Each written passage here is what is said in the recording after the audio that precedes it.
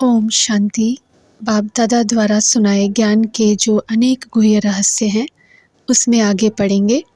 पहला सवाल, रूहानी सेनानियों का मेडल क्या है? उत्तर, साक्षी होकर सर्वात्माओं का अपना अपना पाठ देखते हुए कोई भी पाठ देख ऐसा क्यों की हलचल होती है? महारथी और घोड़ेसवार दोनों का विशेष अंतर क्या है? घोड़ेसवार की निशानी होगी क्वेश्चन मार्क और महारथियों की निशानी होगी फुल स्टॉप। जैसे कोई भी सेना होती है तो उसमें फर्स्ट नंबर है, यह सेकंड है, उसकी निशानी होती है। फिर उनको मेडल मिलता है जिससे मालूम पड़ जाता है कि यह फर्स्ट, यह सेकंड है। तो अनादि ड्रामा में रूहानी सेना के सेनानियों को कोई मेडल नहीं दिया जाता है, लेकिन ऑटोमेटिकली ड्रामा अनुसार उन्हों को स्थिति रूपी मेडल प्राप्त हो ही जाता है। कोई मेडल लगाता नहीं है, स्वतः ही लगा हुआ होता है। तो सुनाया कि महावीर का मेडल होगा फुल स्टॉप, स्टॉप भी नहीं, फुल स्टॉप। और सेकंड नंबर अर्थात घोड़ेसवार की निशानी है कब स्टॉप, कब क्वेश्चन। विशेष निशानी क्वेश्चन की होगी। इससे ही समझना चाहिए कि यह किस स्टेज वाली आत्मा है। यह निशानी ही मेडल है। स्पष्ट दिखाई देता है ना। दिन प्रतिदिन हर एक आत्मा अपना स्वयं ही साक्षात्कार कराती रहती है। न चाहते हुए भी हर एक की स्टेज प्रमाण स्थिति दिखाई देती जा रही है। सर्कमस्टेंस ऐसे आएंगी, समस्याएं ऐसी उन्हों के सामने आएंगी जो न चाहते हुए भी स्वयं को छिपा नहीं सकेंगे। क्योंकि अब जैसे समय समीप आ रहा है तो समीप समय के कारण माला स्वयं ही अपना साक्षात्कार कराएगी। स्थिति अपना नंबर ऑटोमेटिकली प्रसिद्ध करती जा रही है। ऐसे अनुभव होता है ना। किसको आगे बढ़ना है तो उसको चांस ही ऐसा मिल जाता, किसको पीछे का नंबर है तो ऑटोमेटिकली समस्या व बातें ऐसी सामने आएंगी जिस कारण स्वतः आगे बढ़ने की बजाय ठहरती कला हो जाएगी। कितना भी चाहें लेकिन आगे बढ़ नहीं सकेंगे। दीवार को पार करने की शक्ति नहीं होगी। और इसका भी मूल कारण कि शुरू से हर गुण शक्ति के पॉइंट का अनुभवी बनकर नहीं चले हैं। बहुत थोड़ी आत्माएं होंगी जिन्हों का फाउंडेशन अनुभव है, लेकिन मेजॉरिटी का आधार संगठन को देखना व सिर्फ सात्विक जीवन पर प्रभावित होना, एक सहारा समझकर चलना व किसके साथ के उल्लास उमंग से चल पड़ना, किसके कहने से चल पड़ना। नॉलेज अच्छी है उसके सहारे चल पड़े। ऐसे चलने वालों का अनुभव का फाउंडेशन मजबूत न होने कारण चलते चलते उलझते बहुत हैं, लेकिन नंबर तो बनने ही हैं। कई ऐसे अब भी हैं जो योग सिखाते हैं लेकिन योग का अनुभव नहीं है। वर्णन करते हैं योग किसको कहा जाता है, योग से यह प्राप्ति होती है, लेकिन योगी जीवन किसको कहा जाता है, उसका अनुभव बहुत अल्पकाल का है। ड्रामा कहते, लेकिन ड्रामा के रहस्य को जान ड्रामा के आधार पर जीवन में अनुभव करना वह बहुत कम ऐसा दिखाई देता है ना। फिर भी बाप कहते हैं ऐसी आत्माओं को भी साथ देते हुए मंजिल तक तो ले जाना ही है ना। बाप अपना वायदा तो निभाएंगे ना, लेकिन संगम युग की प्राप्ति का जो श्रेष्ठ भाग्य है उससे खाली रह जाते हैं। सहयोग की लिफ्ट से चलते रहेंगे, लेकिन जो सारे कल्प में नहीं मिलना है और अब मिल रहा है उससे वंचित रह जाते हैं। ऐसे को देख करके रहम भी आता है, तरस भी पड़ता है। सागर के बच्चे बनकर भी तालाब में नहाने के अधिकारी बन जाते हैं। अपनी छोटी छोटी कमज़ोरी की बातों में समय बिताना यह तालाब में नहाना हुआ ना। इस पर आपस में विचार करना। महारथियों से एक प्रश्न पूछते हैं, बाप से तो बहुत पूछते हैं। महारथियों के लिए विशेष है, रूहान महारथियों से अच्छी लगती है। विजयमाला के जो मणके बनते हैं, पहला नंबर व 108वां नंबर, दोनों में अंतर क्या है? कहलाते तो सब विजयी रत्न है, नाम ही है विजयमाला, लेकिन पहला नंबर विजयी रत्न और लास्ट का विजयी रत्न है। उनमें कोई विशेष सब्जेक्ट पर विजय का आधार है व टोटल नंबर पर आधार है। एक होता है विशेष सब्जेक्ट में, दूसरा होता है सब सब्जेक्ट के टोटल मार्क्स का अंतर। तो इसकी गुह्यता क्या है अर्थात विजय की गुह्य गति। इसमें बहुत रहस्य भरा हुआ है। युगल दाने की विशेष सब्जेक्ट कौन सी है और अष्टरत्नों की कौन सी है, 100 रत्नों की कौन सी है, उसमें भी आगे और पीछे वालों में क्या अंतर है। इस गुह्य गति को आपस में मनन करना, फिर बताएंगे। आज चक्कर लगाया ना, यह तो हुई मोटी बात, लेकिन विशेष महारथियों के पुरुषार्थ में क्या महीन अंतर रह जाता है, जिससे 2 नंबर के बाद तीसरा आता, फिर चौथा आता। है महारथी नामी गिरामी, लेकिन दूसरा तीसरा नंबर भी किस आधार से बनता है। तो आज महारथियों की इस गुह्य गति के पुरुषार्थ को देख रहे थे। अष्ट में भी पहले नंबर और 8वें नंबर में क्या अंतर है। पूजते तो 8 ही हैं, लेकिन पूजा में भी अंतर, विजय में अंतर है।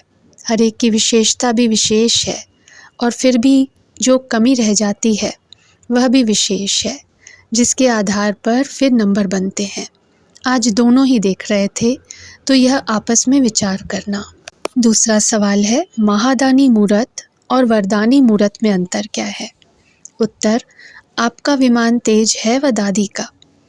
उनका अर्थात वैज्ञानिकों का विमान तो स्थूल है, और आपका वह है साइंस का विमान, और आपका है साइलेंस का। साइंस का रचता है साइलेंस। साइलेंस की शक्ति से ही साइंस निकली है। रचता तो पावरफुल होता है ना। जैसे निमित्त बनी हुई साथी विशेष इस समय किस स्थिति में स्थित है। साक्षात्कार मूरत व वरदानी मूरत, महादानी मूरत। जो भी खजाने हैं उनको बाप से शक्ति लेते, सहज स्वयं की शक्ति द्वारा, सर्व कुछ संकल्प द्वारा, वाइब्रेशन द्वारा लाइट माइट का अनुभव कराना, यह वरदान है। तो जैसे निमित्त एक रत्न बना, ऐसे और भी रत्न बनेंगे। विशेष इस सेवा का कंगन बांधना चाहिए, तभी सर्विस का नया मोड प्रैक्टिकल में दिखाई देगा। निमित्त बनी हुई आत्माएं जो पर्दे के अंदर हैं, वे स्टेज पर आने की हिम्मत दिखाएंगी, तब तो नया मोड होगा। सारा समय पूर्वज की पोजीशन पर स्थित हो, स्वयं को तना समझ सर्व शाखाओं को शक्तियों का जल दो। सूखी पड़ी हुई हैं, उनको फिर ताज़ा बनाओ। तीसरा सवाल है, ट्रिब्यूनल के जस्टिस कौन, चीफ जस्टिस कौन, प्रेसिडेंट कौन। उत्तर है, आज अमृतवेले ब्रह्मा बाबा ने जो विशेष आत्माओं की तकदीर की लकीर फाइनल की थी, उसमें फाइनल कौन से रत्न होंगे। 8 रत्न फाइनल हुए होंगे। माँ बाप के पास तो निश्चित हैं ही, बाकी है स्टेज पर प्रसिद्ध करना। बाप के पास 108 ही निश्चित है। क्यों? बाप के पास भविष्य भी ऐसा ही क्लियर है जैसे वर्तमान। अनन्य बच्चों के पास भी भविष्य ऐसा ही स्पष्ट होता जा रहा है, क्योंकि बाप के साथ सर्व कार्य में समीप और सहयोगी हैं। तो अष्टरत्न चीफ जस्टिस हैं। जस्टिस की जजमेंट हाँ या ना की फाइनल होती है। बाप प्रेसिडेंट है, लेकिन बच्चे चीफ जस्टिस हैं। जजमेंट बच्चों की है। चीफ जस्टिस की जजमेंट सदा यथार्थ होती है। जस्टिस के ऊपर चीफ जस्टिस हाँ या ना कर सकते हैं, लेकिन चीफ जस्टिस की जजमेंट की बहुत वैल्यू होती है। इसलिए जब तक भविष्य भी वर्तमान के समान स्पष्ट न हो, तो जजमेंट यथार्थ कैसे दे सकेंगे। वर्तमान और भविष्य की समानता, इसी को ही बाप की समानता कहा जाता है। ऐसी स्टेज अनुभव में लाई है। चौथा सवाल, पुरुषार्थियों के पद फिक्स होने का आधार क्या है। उत्तर है, सबको एक बात का इंतज़ार है। वह कौन सी बात है? जो शुरू की है मैं कौन, वही लास्ट तक भी है। सबको इंतज़ार है आखिर भी भविष्य में मैं कौन, या माला में मैं कहाँ। अब यह इंतज़ार कब पूरा होगा। सब 1-2 में रूहान भी करते हैं, 8 में कौन होंगे, 100 में कौन होंगे। 16,000 का तो कोई सवाल ही नहीं। आखिर भी 8 में या 100 में कौन होंगे। विदेशी सोचते हैं हम कौन सी माला में होंगे। लास्ट में आने वाले सोचते हैं हम कौन सी माला में होंगे, और शुरू में आने वाले फिर सोचते हैं लास्ट सो फास्ट है, ना मालूम हमारा स्थान है या लास्ट वाले का है। आखिर हिसाब क्या है। किताब तो बाप के पास है ना, फिक्स नहीं किए गए हैं।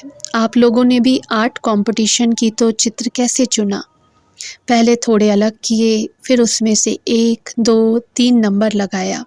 पहले चुनने होते हैं, फिर नंबरवार फिक्स होते हैं। तो अब चुने गए हैं लेकिन फिक्स नहीं हुए हैं। पीछे आने वालों का क्या होगा? उत्तर में बाबा ने कहा, सदैव कुछ सीट्स अंत तक भी होती हैं, रिजर्वेशन होती है, तो भी लास्ट तक कुछ कोटा रखते हैं, लेकिन वह कोटों में कोई, कोई में भी कोई होता है। चौथा सवाल, अष्टरत्नों की पहचान क्या है?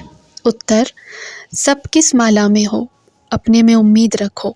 कोई न कोई ऐसी वंडरफुल बात होगी जिसके आधार पर आप सबकी उम्मीदें पूरी हो जाएंगी। अष्टरत्नों की विशेषता एक विशेष बात से है। अष्टरत्न प्रैक्टिकल में जैसे यादगार हैं, विशेष तो जो अष्ट शक्तियाँ हैं, वह हर शक्ति उनके जीवन में प्रैक्टिकल दिखाई देगी। अगर एक शक्ति भी प्रैक्टिकल जीवन में कम दिखाई देती, तो जैसे अगर मूर्ति की एक भुजा खंडित हो तो पूजनीय नहीं होती। इसी प्रकार से अगर एक शक्ति की भी कमी दिखाई देती तो अष्ट देवताओं की लिस्ट में अब तक फिक्स नहीं कहे जाएंगे।